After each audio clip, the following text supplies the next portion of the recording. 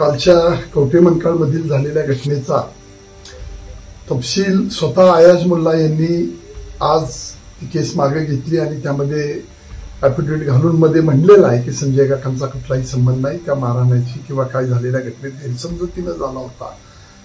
तेव्हा रोहित पाटील आणि त्यांचे काही सहकारी या केविलवाना राजकारणातली नौटंकी करून सहानुभूती घेण्याचा प्रयत्न जो करत होते तो पुन्हा एकदा उघडा पडला, तोंडावर पडले।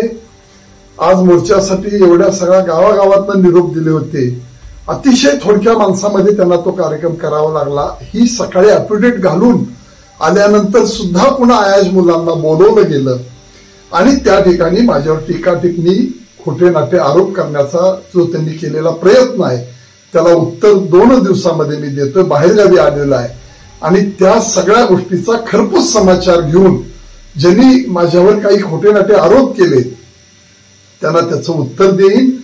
या तासगाव कवठेमंकाळ मधल्या विधानसभा मधल्या लोकांनी ह्या सगळ्या बाजू नौटंकी करण्याची भूमिका यांची ओळखलेली आहे, भावनेवर राजकारण करण्याची भूमिका ओळखलेली आहे। तेव्हा अशा परिस्थितीमध्ये हे सगळे धंदे इथून पुढच्या काळामध्ये आम्ही चालू देणार नाही, हा या निमित्तानं मी इशारा देतोय।